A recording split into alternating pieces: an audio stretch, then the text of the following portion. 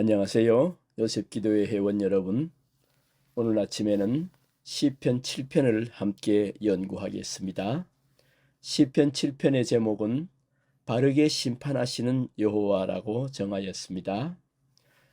시편 7편은 좀 길기 때문에 다 읽지 아니하고 대표적인 6구절만 읽도록 하겠습니다. 1절 여호와 내 하나님이여 내가 주께 피하오니 나를 쫓아오는 모든 자들에게서 나를 구원하여 내소서.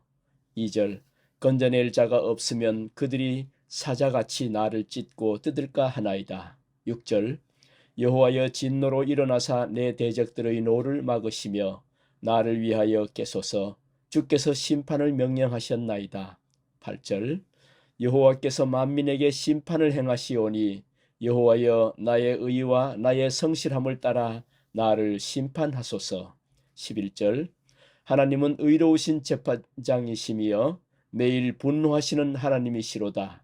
17절 내가 여호와께 그의 의를 따라 감사하며 지존하신 여호와의 이름을 찬양하리로다. 아멘. 시편 7편은 이 땅의 모든 것을 심판하시는 이가 바르게 행치 아니하시겠는가가 이 시편 7편에 붙일 수 있는 적절한 제목으로 여겨져 왔습니다. 시인은 하나님의 불변하는 율법이 의인들은 구원하고 악인들에게는 형벌을 내린다는 것을 온전히 확신하면서 원수들의 공격에서 자기를 보호해 달라고 기도합니다. 그는 자신이 아무런 죄도 범한 적이 없다고 생각합니다. 만일 그가 어떤 죄를 범하였다면 그것은 부지불식간에 범한 죄이며 이에 반하여 그의 원수들은 그에 대하여 음모를 꾸미는 죄를 범한다고 말합니다.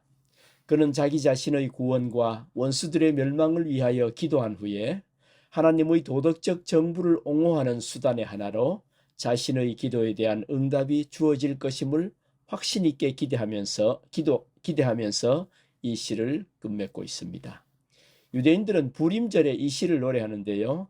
에스더 9장 13절에서 32절에 보면 이 부림절에 관한 이야기가 나옵니다. 이 시가 원수에게 행하여진 복수를 기리는 시이기 때문에 그런데요. 특별히 21절과 26절에는 부림절이 지정되는 것을 기록한 구절입니다. 1절에는 주께 피하오니 했는데요. 다윗은 구원을 하나님 안에서 찾으려 하였습니다. 이러한 표현은 57편 1절에 주의 날개 그늘 아래에서 피하리이다 라는 말과 61편 4절의 주의 날개 밑에 피하리이다 라는 표현과 같은 것입니다. 2절에 사자같이라고 했는데 여기서 다윗은 자신의 대적을 성난 사자에다 비유함으로써 그가 처한 위험의 심각성을 잘 묘사하고 있습니다.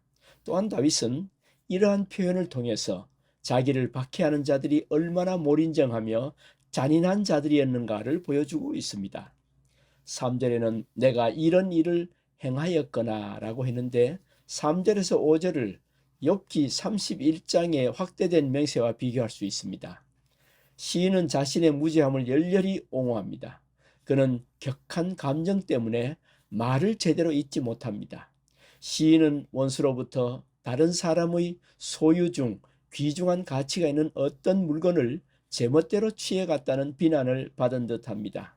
그것은 그의 명예를 실추시키고 그의 품성을 비방하는 비난이었던 것으로 생각됩니다. 사무엘상 24장 12절과 26장 18절에도 이러한 내용을 이야기하고 있죠. 4절에서는 화친한 자를 악으로 갚았거나 라고 했는데 여기서 화친한 자란 언약을 맺은 자를 말합니다. 또 협약을 맺은 자를 뜻합니다. 다윗은 이러한 사람에게 배반하는 악을 범하지 않았으며 다만 신실함으로 대했을 뿐이라고 말하고 있습니다. 즉 다윗의 원수들이 다윗이 언약을 맺은 자의 재산을 탈취하는 등 배반을 일삼았다고 그를 고소한 데 대항하여 다윗은 전혀 그러한 일을 하지 않았다고 항변하고 있습니다. 5절에는 원수가 나의 영혼을 쫓아잡았다고 말하고 있는데요. 시인은 여기서 자기 자신에게 저주를 내려달라고 기원하는 것은 곧 그가 무죄함에도 아주 잔혹하게 부당한 취급을 당하고 있음을 나타내는 어법을 쓰고 있는데, 고소당한 사람들은 정죄의 무거운 짐을 지고 사는 것보다는 오히려 온전히 멸망당하는 것이 더 낫다고 이렇게 원하고 있습니다. 나의 영혼을 쫓아 내 생명을 땅에 짓밟고 내 영광을 먼지 속에 살게 하소서 등과 같은 매우 극단적인 강조법이 쓰이고 있습니다. 6절에 심판이 나오는데요. 다윗은 하나님께 이 특정한 원수들에게 그분의 율법이 규정하고 있는 형벌을 집행해 달라고 요구합니다. 말하자면 다윗은 여기서 하나님께 그분 정부의 도덕적 원칙들을 옹호하시도록 솔직담대하게 요청하고 있는 것입니다. 창세기 18장 25절에도 이러한 표현이 있죠. 사람은 종종 전능자가 그의 계획을 속히 수행하시도록 그를 재촉하는 일을 시도합니다. 하박국 1장 1절에서 2장 4절의 이 하박국의 경험과 비교해 볼 수도 있겠습니다. 7절에는 즐거워하며 라고 했는데요. 제임스 왕역에서는 그들을 위하여가 있습니다. 하나님이 그분의 율법을 옹호하시면 그로 인해 그분에 대한 신뢰가 고취될 것입니다. 또한 그 결과로 그분의 백성이 그들의 감사와 찬양을 표현하기 위해 그분 주위에 모일 것입니다. 8절에는 나의 의와 나의 성실함을 따라 라고 했는데, 이 말은 현재 직면한 어떤 특정한 경우를 일컫는 것으로 이해할 수 있습니다. 우리는 자신이 구원받을 만한 가치가 없는 존재라는 사실을 늘 기억해야 하지만, 부당하게 비난을 받을 때에는 하나님이 그 특정한 경우에 대하여 그분의 뜻에 따라 우리를 옹호하시고, 또한 거짓 비난에 대하여 우리가 무죄하다는 것을 선언하시도록 간구하는 것이 타당합니다. 성실함이라는 말은 완전하다라는 의미의 타마함이라고 하는 어원에서 파생되었는데요. 히브리어 톰입니다. 이건 의에 상당하는 단어인데, 여기에서 그 같은 의미로 쓰인 것으로 보입니다. 9절에는 마음과 양심이라고 했는데요. 이것은 심장과 신장의 의역입니다. 고대에는 심장을 생각이 자리한 것으로 여겼습니다. 제임스 왕에게는 2절의 후반부가 의로우신 하나님이 사람의 심장과 신장을 감찰하나이다 라고 되어 있습니다. 이 히브리어 클라요트는 콩팥을 말합니다. 고대에는 신장이 감정, 곧 영혼의 내적 느낌들과 목적들과 동기들이 위치한 것으로 여겨졌습니다. 여기에 쓰인 심장과 콩팥을 감찰하신다는 구절은 하나님의 전지성을 묘사할 때 자주 사용했습니다. 예레미야 11장 20절, 시편 26편 2절, 계시록 2장 23절, 여기에는 이러한 내용들을 이야기하고 있습니다. 10절에는 방패라고 했는데요. 제임스 왕에게는 방어로 번역하고 있습니다. 히브리어 마겐인데요. 문자적으로 이것은 방패를 말합니다. 시인에게는 무죄한 자를 옹호하시는 하나님을 신뢰하는 것이 곧 그의 방패였습니다.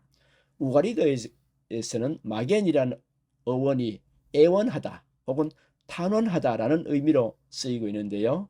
따라서 마기는 나의 방패를 나의 애원으로 번역하여서 이 구절을 나의 애원이 하나님께 있나이다 라고 이해할 수도 있습니다.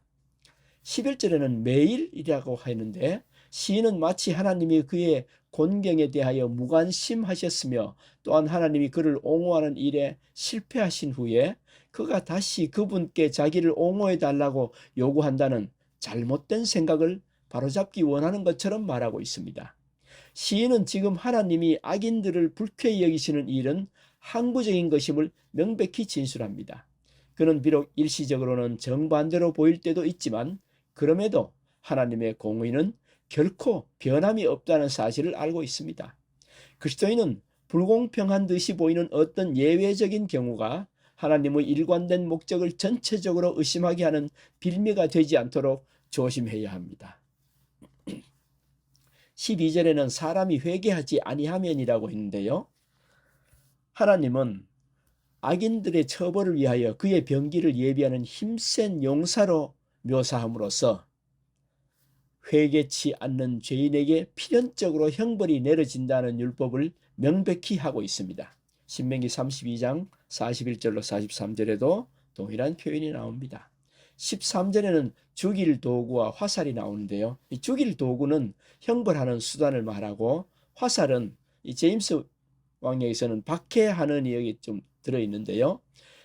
이것 화살은 히브리어로는 돌킴입니다. 이것은 불타오르게 하다라는 의미의 달라크에서 파생되었는데요. 이것은 적들의 막사를 태우고 그들의 몸에 더 큰 상처를 가하기 위하여 불화살을 쏘아대던 고대 관습에 대한 암시입니다. 멸망시키고자 하는 의도가 분명히 여기에는 나타나 있습니다. 14절에는 악인이 죄악을 낳음이여 했는데, 즉 악인이 죄악을 잉태하고 있음을 의미합니다. 이 동사는 잉태하다와 나타나는 두 가지 행위를 모두 포함합니다. 해악을 저지르는 것이 아이를 낳는 것에 비유되고 있습니다. 이사야 33장 11절과 야고보서 1장 15절에도 동일한 표현이 나옵니다. 15절에는 그가 웅덩이를 파 만들며 했는데, 어떤 사람이 구덩이를 파다가 푸석푸석한 흙이 무너져 내려서 들짐승 대신에 그 자신이 거기에 빠지는 장면을 우리는 그려볼 수 있습니다. 죄는 죄인을 혼란스럽게 만듭니다. 악은 부메랑입니다. 하만의 삶에서 이 원칙에 대한 구약의 두드러진 신뢰를 찾아볼 수 있습니다. 에스더 5장에서 7장, 또 잠언 26장 27절, 전도서 10장 8절에 이러한 표현들이 나오고 있죠. 16절에는 정수리라고 했는데요. 본문에 보게 되면은 그의 재앙은 자기 머리로 돌아가고 그의 포악은 자기 정수리에 내리리로다 했는데요. 머리 그 자체 혹은 머리의 꼭대기를 정수리라고 하죠. 악한 자가 다른 사람들을 겨냥하여 계획한 바로 그것이 자기 자신에게로 되돌아오는 것을 의미합니다. 이 절의 두 구절은 동의대구법의 한 실례입니다. 우가린 문헌에서는 머리를 뜻하는 단어와 정수리를 뜻하는 단어가 여러 차례 걸쳐서 동일한 의미로 등장합니다. 17절에는 그의 의, 지존하신, 이름이라고 하는 이 세 단어를 이야기하고 있는데요. 그의 의는, 하나님의 의는 무죄한 자들을 옹호한다고 합니다. 지존하신은 히브리어로 엘리온인데요. 이것은 고귀한을 뜻하는데, 다윗은 공의를 행하심을 통하여 자기 자신이 다른 존재들보다 고귀하심을 나타내 보여주는 여호와를 찬양하고 있습니다. 이것은 여러 시편에서 발견되는 전형적인 형태의 송영입니다. 찬양으로 기도를 끝맺는 것은 아주 적절한 일입니다. 마지막으로 이름이라고 하는 것은 구약에서 흔히 볼 수 있는 것처럼 여기서도 이름은 그 존재 자체를 의미합니다. 또한 이름은 때때로 그 존재의 본질이나 품성을 강조하기도 합니다. 사랑하신 성도 여러분, 오늘 우리는 하나님께서 우리를 위하여 가장 공의롭게 심판하신다는 사실을 생각하며 이 세상에서 우리가 억울함을 당할지라도 두려워하지 말고 여호와를 의지하는 여러분과 제가 되길 간절히 바라며 오늘 아침 연구를 마칩니다. 감사합니다.